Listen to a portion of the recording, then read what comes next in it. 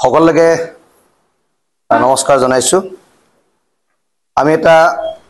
বিশেষ কথালৈ খুব জৰুৰীভাৱে এখন প্ৰেছ মিট আমি দিব বিচাৰিলো সেইকাৰণে আপোনালোকক ইয়ালৈ নিমন্ত্ৰণ জনাইছো আমাৰ প্ৰথম কথাটো হ'ল যে যোৱাকালি চিচিটুৱাই গুৱাহাটীত এখন সংবাদমেল সম্বোধন কৰিছে আৰু সেইখন সংবাদমেলত তেখেতলোকে কেইবাটাও স্পৰ্শকাতৰ বিষয়ৰ ওপৰত তেখেতলোকৰ মন্তব্য ৰাখিছে চিচিটুৱাৰ অধিকাৰ আছে যে জনজাতিসকলৰ সুৰক্ষিত ভৱিষ্যতৰ কাৰণে মাত মতা আৰু তেখেতলোকে খিলঞ্জীয়া ভূমিপুত্ৰসকলৰ স্বাৰ্থ সুৰক্ষাৰ কাৰণে কথা কোৱাটো গণতান্ত্ৰিক ব্যৱস্থাত হেতু যুক্তিসংগত কিন্তু তাৰ লগতে অন্যান্য যিকেইটা জনগোষ্ঠীয়ে জনজাতিকৰণৰ মৰ্যাদাৰে অসমত জীয়াই থকাৰ পৰিৱেশটো ৰচনা কৰিব বিচাৰিছে তাৰ বিৰুদ্ধে তেখেতলোকে যি ধৰণৰ বক্তব্য ৰাখিছে হেতু অগণতান্ত্ৰিক আৰু অসংবিধানিক কথা বুলি আমি বিবেচনা কৰিছো আৰু তেখেতলোকে বিশেষকৈ আদিত্য খাকলাই ডাঙৰীয়াই কেইটামান আনকনষ্টিটিউচনেল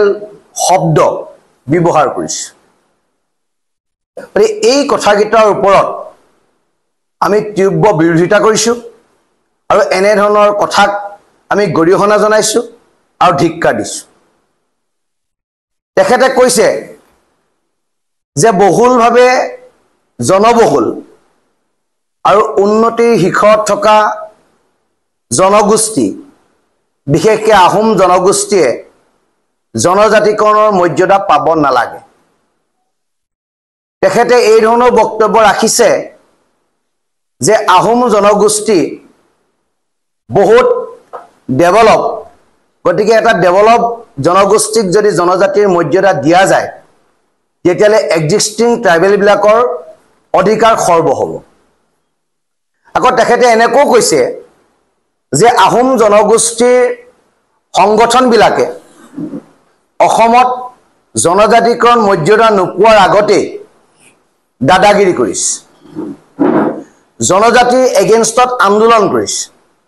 এই ধৰণৰ ভুল বাৰ্তাৰে অসমৰ জনজাতীয় ৰাইজ আৰু জনগোষ্ঠীয় ৰাইজক বিভ্ৰান্ত কৰিব বিচাৰিছে মই প্ৰথমেই ক্লিয়াৰ কৰি দিব বিচাৰিছো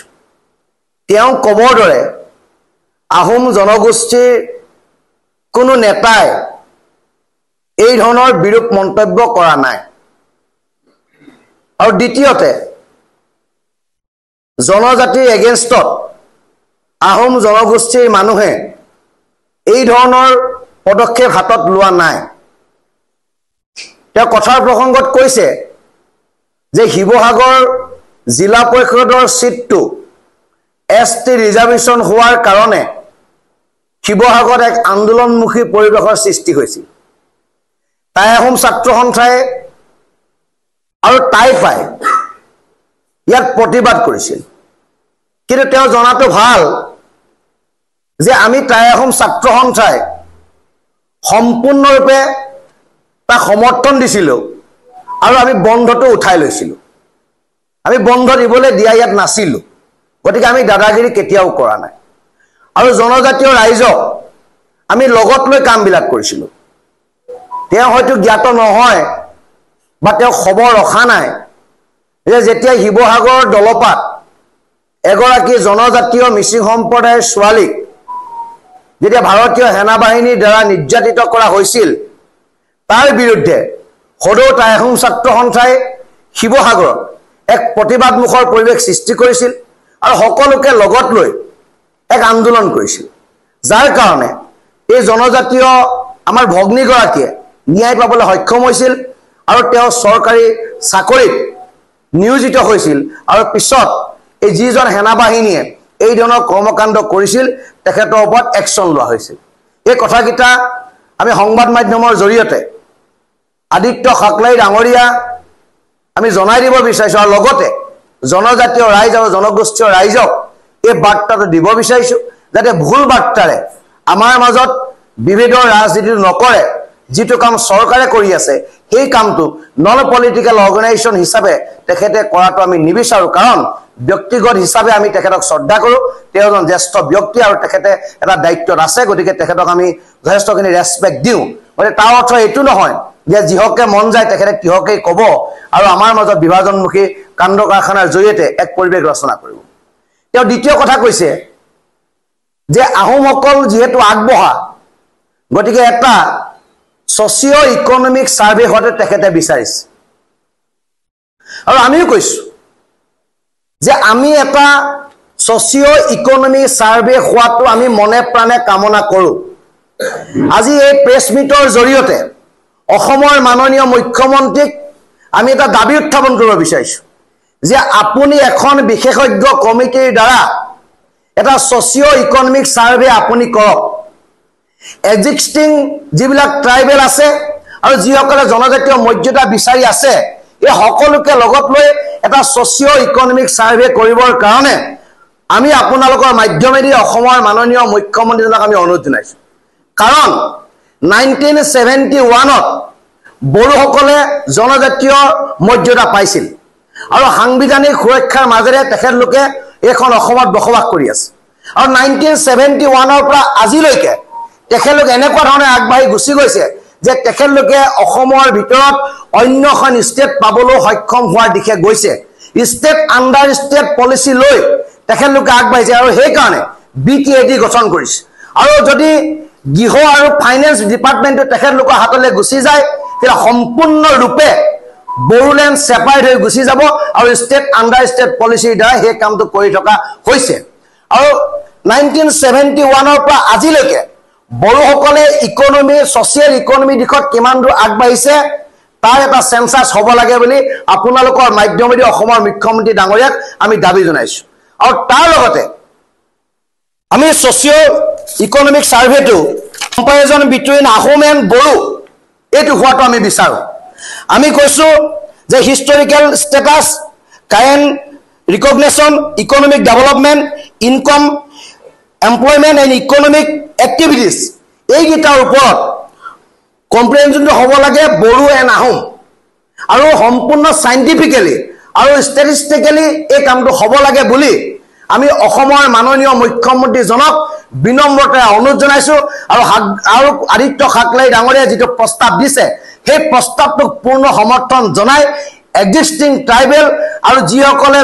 জনজাতিৰ মৰ্যাদা বিচাৰি আছে তেখেতলোকৰ মানত সোশিও ইকোনমিক সাৰ্ভেটো হ'ব লাগে বুলি কৈছো আৰু তাৰ লগে লগে comparison between Ahom and Bodo আমাৰ মাজত এটা ইকোনমিক সাৰ্ভে হ'ব লাগে যে 1971ৰ পৰা আজিলৈকে বড়োসকলে কি পালে সেই কথাটো আমি জানিব লাগে আৰু আহোমসকলৰ প্ৰেজেন্ট ষ্টেটাছটো অসমৰ ৰাইজে জানিব লাগে দ্বিতীয় এটা কথা তেখেতলোকে কৈছে আহোম ডেভেলপ যে আমি কৈছো যে আহোমে যেতিয়া অসমত যেতিয়া মনাৰ্কি গভৰ্ণমেণ্ট আছিল তেতিয়া মনাৰ্কি আছিল তেতিয়া ৰাজতন্ত্ৰ আছিল ৰাজতন্ত্ৰৰ সেই সময়ত জিঅ'গ্ৰাফিকেল সিস্টেমটো বেলেগ আছিল আজি জিঅ'গ্ৰাফিকেল সিস্টেমটো বেলেগ সেই সময়ত আহোম ডেভেলপমেণ্টৰ হাইট আছিলে নাই সেই কথাটো সকলোৱে জানে আজিৰ তাৰিখৰ ষ্টেটাছটো before after independence আমাৰ কি ষ্টেটাছ সেই কথাটো জানিবৰ কাৰণে অসমৰ ৰাইজ উদ্গীব হৈ আছে গতিকে চৰকাৰক আমাৰ ফালৰ পৰা এই দাবীটো আমি উত্থাপন কৰিছো দ্বিতীয় এটা কথা তেখেতে কৈছে যে আহোমে ক'ব লাগে যে 620টা বছৰ আহোমে ৰাজত্ব কৰা নাই আমি কৈছো আমি 620টা বছৰ অসমৰ ৰাজত্ব কৰিছো যেটো মনাৰ্কি গভৰ্ণমেণ্ট আছিল কিন্তু সেই সময়ত আমাৰ নীতি আদৰ্শ কি আছিল আমাৰ নীতি আদৰ্শ আছিল সাম্যবাদ আৰু সমাজবাদ সাম্যবাদ আৰু সমাজবাদৰ অৰ্থটো যদি আদিত্য খাকলাই ডাঙৰীয়াই বুজি পায় তেতিয়ালে তেখেতে এই ধৰণৰ কথাকাণ্ডৰ মাজেৰে আহোম জনগোষ্ঠীৰ সমালোচনাৰ টাৰ্গেট কৰি নললে হয় আৰু তেখেতক মই বিনম্ৰতাৰে জনাব বিচাৰিছো যে আহোম জনগোষ্ঠীৰ ৰাইজে যদি সেই সময়ত আগ্ৰাসী মনোভাৱেৰে আক্ৰমণ কৰা সেই আক্ৰমণকাৰী সকলক 17 বাৰকে যদি ৰোধ নকৰিলে হয় তেলে অসমৰ পৰিবেশ আৰু পৰিস্থিতি অসমৰ কালচাৰ অসমৰ ভাষা অসমৰ কৃষ্টি অসমৰ বায়োডাইভাৰ্চিটি সকলোবিলাকৰ ক্ষেত্ৰত পৰিৱৰ্তন আহিল হয় মানে এই কথাটো তেখেতে জনাটো খুবেই প্ৰয়োজন আছে আজি আমি কৈছো যে তেওঁ কৈছে যে আহোমৰ মুখ্যমন্ত্ৰীজন নাই বুলি তেখেতলোকে কক আহোমৰ কেবিনেট মিনিষ্টাৰ নাই বুলি তেখেতলোকে কক আহোমৰ এমপি নাই বুলি তেখেতলোকে কক আমি কৈছো আহোমৰ মুখ্যমন্ত্ৰী আছিল আহোমৰ MP আছিল, আহোমৰ মুখ্য ন্যায়াধীশ আছিল, আহোমৰ অধ্যক্ষ আমাৰ বিধানসভাৰ অধ্যক্ষ আছিল, সেই কথা। কিন্তু আপোনালোকে মোক এটা কথা কওক যে বড়োসকলৰ কি তেনেকুৱা ব্যুৰক্ৰেচি নাছিল নেকি? মই নামকেইটা ক'ব বিচাৰিছোঁ যে হৰিশংকৰ ব্ৰহ্ম was the 19th Chief Election Commissioner of India. তেখেতে কনষ্টিটিউচনেল এটা পদত তেওঁ 2015 চনত আছিল, যে এই কথাটো জানো মিছা হ'ব? দ্বিতীয়টা কথা, ৰূপনাথ ব্ৰহ্ম তেখেতে 1938 বা 1967 তেখেতে কেবিনেট হিচাপে অসমত আছিল, তেওঁ মন্ত্ৰিত্ব গ্ৰহণ কৰিছিল, আৰু he was the first MLA of Bodo. গতিকে এই কথাটো তেখেতলোকে ভুলকে ৰিয়েকশ্যন কৰিব নালাগে। আৰু দ্বিতীয় এটা কথা যে বিশ্বজিৎ দৈমাৰী কোন আছিল? বিধানসভাৰ অধ্যক্ষ আছিল, আৰু বিশ্বজিৎ দৈমাৰী ৰাজ্যসভাৰ কি আছিল? সাংসদ আছিল। দ্বিতীয়তে ৰঞ্জিত শেখৰ মুছাহাৰী, তেওঁ ফৰ্মাৰ গভৰ্ণৰ আছিল মেঘালয়ৰ। গতিকে এই ধৰণৰ কথা বতৰাবিলাকৰ মাজত এটা তেখেতলোকে মানুহৰ মাজত সন্দেহটো সৃষ্টি কৰিব নালাগে। যে আজি তেখেতলোকে কৈছে যে আহোমৰ মিনিষ্টাৰ আছিল, আহোমৰ MLA আছিল, চব আছিল, কিন্তু আমি যিকেইজনৰ নাম কৰোঁ তেখেতলোক কোন আছিল? যে জনজাতিৰ লোকসকলৰ মুখ্যমন্ত্ৰী কি অসমত নাছিল? তেওঁ সৰ্বানন্দ সোণোৱাল অসমৰ কোনটো জনগোষ্ঠীৰ ৰিপ্ৰেজেণ্ট কৰি মুখ্যমন্ত্ৰী হৈছিল? ৰনোজ পেগু অসমৰ শিক্ষামন্ত্ৰী, তেখেতে কোনটো জনজাতিৰ ৰাইজক প্ৰতিনিধিত্ব কৰিছে? এই কথা বতৰাবিলাক আছে। আজি প্ৰধান বৰুৱা MP হৈ আছে। আজি আমি আকৌ কৈছোঁ যে চৰণ বড়ো, উৰ্ষা গোৰা ব্ৰহ্ম তেখেতলোকে প্ৰেজেণ্ট কেবিনেট অসমৰ। গতিকে এই কথা বতৰাবিলাকৰ মাজেৰে অসমৰ আহোম জনগোষ্ঠীটো টাৰ্গেট কৰিব নালাগে। সেইকাৰণে আমি কৈছোঁ যে ছ'চিঅ' ইকনমিক ডেভেলপমেণ্টৰ ওপৰত এটা ছাৰ্ভে হ'ব লাগে in between Bodo and Ahom. এই কথাটো আমি একচেপ্ট কৰিছোঁ, তেখেতৰ যিটো চেলেঞ্জ সেইটো আমি একচেপ্ট কৰিছোঁ। একচেপ্টটো অসম চৰকাৰ গ্ৰহণ কৰি এইটো ক'বলৈ গৈছে। যদি এই ছ'চিঅ' ইকনমিক ছাৰ্ভেটোত এইটো কথা ওলাব লাগিব যে যিসকল এক্সিষ্টিং ট্ৰাইবেল আছে তেখেতলোকে এতিয়া ট্ৰাইবেল হৈ থাকিব পৰা ক্ৰাইটেৰিয়া আছে নে নাই, সেই কথাটো অসমৰ ৰাইজে জানিব বিচাৰিছে, আৰু সেইটো আমিও জানিব বিচাৰিছোঁ। গতিকে খুব ভাল কথা এটা কালি আমাৰ আদিত্য খাকলাই ডাঙৰীয়াই কৈছে। গতিকে তেখেতক এই কথাখিনি কোৱাৰ কাৰণে আমি ধন্যবাদ জ্ঞাপন কৰিব বিচাৰিছোঁ। আৰু দ্বিতীয় এটা কথাত আমি আহিব বিচাৰিছোঁ, তেখেতে আকৌ কৈছে যে আহোম জনগোষ্ঠীৰ মানুহখিনিক আমি কেতিয়াও জনজাতিৰ মৰ্যাদা হিচাপে আমি পাব নিবিচাৰোঁ। আৰু তেখেতলোকে কৈছে এই মৰ্যাদা হিচাপে পালে আমাৰ বহুখিনি এফেক্ট হ'ব, আৰু তেখেতলোকে অসমৰ কেইবাখনো জিলাত তেখেতলোক আছে। এতিয়া আমাৰ প্ৰশ্ন যে তোমালোকৰ